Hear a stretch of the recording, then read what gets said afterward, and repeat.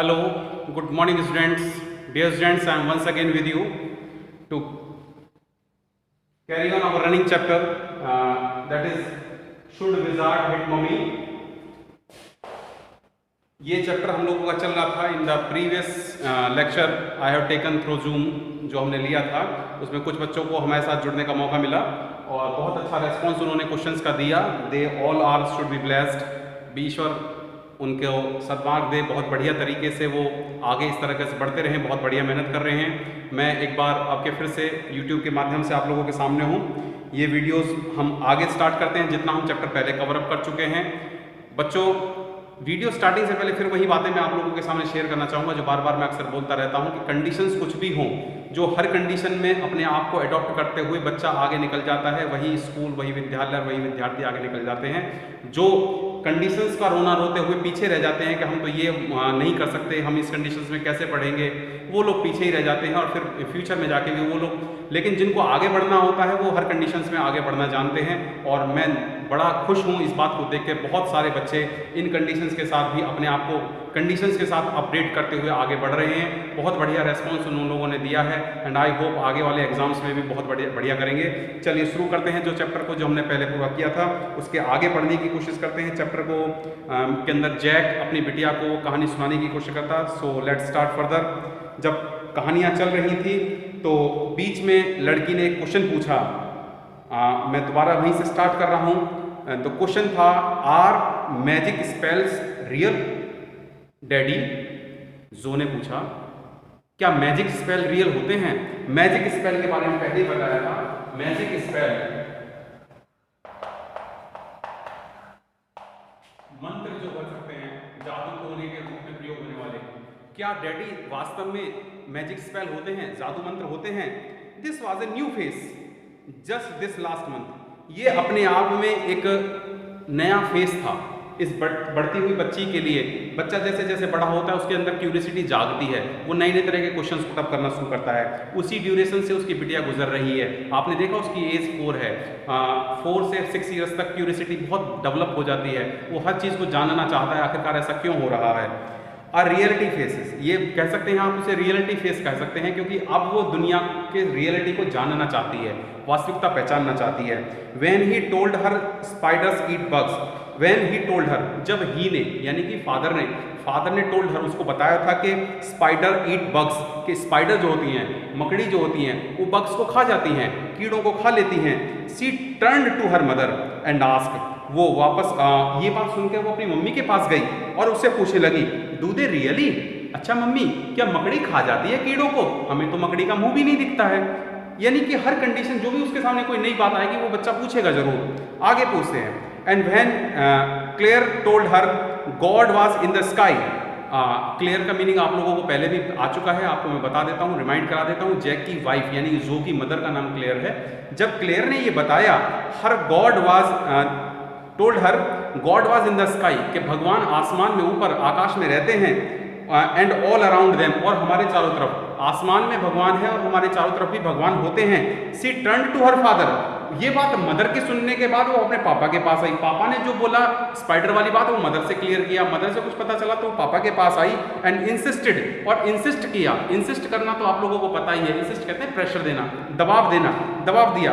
With a sly eager smile, अपनी sly वाली, sly का मीनिंग रहता है शर्माते हुई, शर्मीली, शर्मीली वाली स्माइल के साथ, अपनी उत्सुक इस मुस्कुराहट के साथ, इज ही रियली, क्या वो सच में होते हैं? Here H is capital, you are noticing that, यहाँ पर देख लीजिए एच कैपिटल है बीच में आने के बावजूद ही। It means she is asking about god, भगवान के बारे में पूछ रही है। इज ही रियली, क्या वो सच में होते हैं भगवान? They are real in stories, Jack answered curtly, Jack ने कर्ट करते हुए, बात को काटते हुए, टलाते हुए, एक तरह से काट देना, बात काटते हुए उसकी जल्दी से टला देने वाली बात का। They are real in stories, देखो ऐसा होता है, भगवान होते तो हैं but they are real in stories, वो स्टोरीज में, कहानियों में रियल होते हैं। भगवान को वास्तव में तो किसी ने नहीं देखा है, लेकिन कहानियों में होते हैं। She had made him miss a beat in the narrative, reality ये हुई कि उन्होंने miss the beat in the narrative, कहानी को नैरेटिव करते हुए, कहानी आगे सुनाते सुनाते उसने मिस द बीट कर दिया। मिस द बीट कहते हैं ध्यान हटा देना, तो उसने बीच में से ध्यान हटा दिया, कहानी चलते चलते उसने ध्यान बीच में से हटा दिया। द ओल्ड आउल सेड, अब उसने वापस कहानी को जोड़ा। अब बार बार चेक करिए, यहाँ फादर और गदर, जो फादर है और डॉटर है उनके बीच में डिस्कशन होगा, फिर वापस कहानी पर आ जाइए, जो कहानी आउल वाली चल रही थी उसने वापस कहानी पर जोड़ा। द आउल सेड, उल्लू बोला, go through the dark woods. Woods का मीनिंग हम लोग पहले भी डिस्कस कर चुके हैं, आई होप भूले नहीं होंगे आप लोग। WOOD में अगर एस जुड़ जाता है तो जंगल बन जाता है, फॉरेस्ट बन जाता है, ठीक है। तो go through the forest dark woods, उस घने जंगलों में जाओ, under the tree apple tree, और उस एप्पल के पेड़ के नीचे, एक सेब का पेड़ है उसके नीचे, इन द स्वाम्प एरिया में जाइए। स्वाम्प क्या होता है यहां पर आप देख लीजिए, आपने ज्योग्राफिकल एरिया में पढ़ा होगा, जो दलदली एरिया होता है जहां दलदल ज्यादा होती है उसको स्वाम्प एरिया कहते हैं, ठीक है। जाइए जंगल में, उस पेड़, सेब के पेड़ के नीचे, उस दलदल के पास, ओवर द क्रिक, उस क्रिक की टॉप पर। क्रिक, अब ये सब सुनते ही व्हाट इज क्रिक, पापा ये क्रिक क्या होता है? जैसे ही मुंह से, फादर के मुंह से कोई भी ऐसा वर्ड निकलता है जिसको वो ना जानती, वो तुरंत क्वेश्चन पूछ लेती है, ये क्रिक क्या होता है? तो फादर ने जवाब दिया, अ लिटिल रिवर, एक छोटी नदी होती है, झरना, नहर जिसे आप कह सकते हैं, उसको बेटा क्रिक कहते हैं। चल आगे बढ़। ओवर द क्रिक, अब फादर जो है बार बार कहानी पर लाने की कोशिश कर रहा है ताकि इसके क्वेश्चंस अजीबोगरीब जो उठें उनको उसका सामना ना करना पड़े, लेकिन बार बार लड़की अपनी क्यूरियोसिटी को शांत करने के लिए बीच में जो क्वेश्चन पूछ लेती है।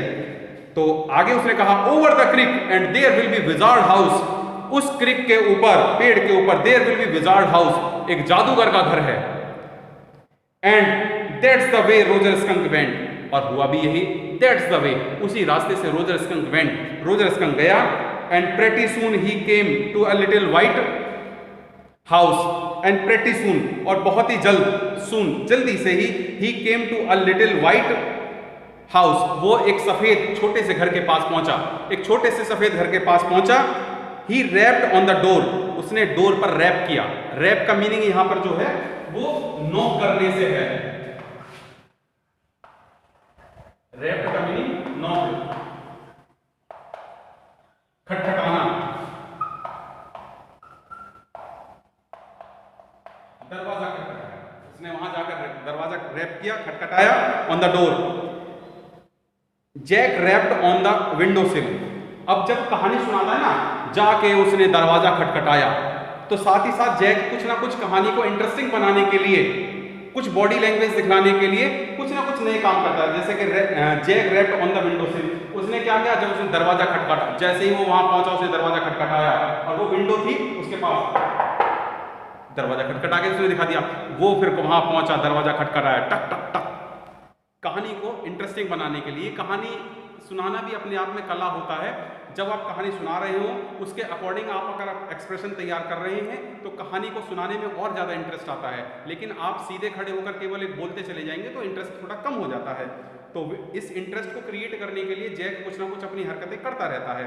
And under the covers Jo's tall finger cleansed in the infantile thrill, and under the covers, covers का मीनिंग पहले भी आया है, वो जो चादर ओढ़ी हुई है उसने, जो ने जो चादर ओढ़ी हुई थी, जोज लॉन्ग टॉल फिंगर्स, जो की लंबी उंगलियां, क्लींस्ड का मीनिंग होता है भिज जाना, दबा लेना। यहाँ पर आई होप ये वर्ड्स तो आप उतार लिए होंगे, मैं आगे वाले वर्ड्स को उतारने के लिए इसको इरेज कर देता हूँ, ठीक है। तो जो क्लींस्ड का मीनिंग होता है भींच लेना, मुट्ठी बंद कर लेना, ठीक है, आप लोग इसे नोट कर लेना।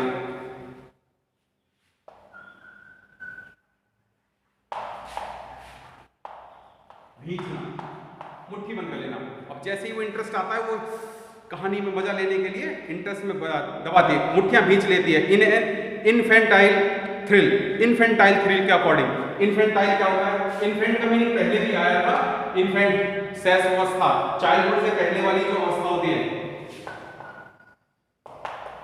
Infantile thrill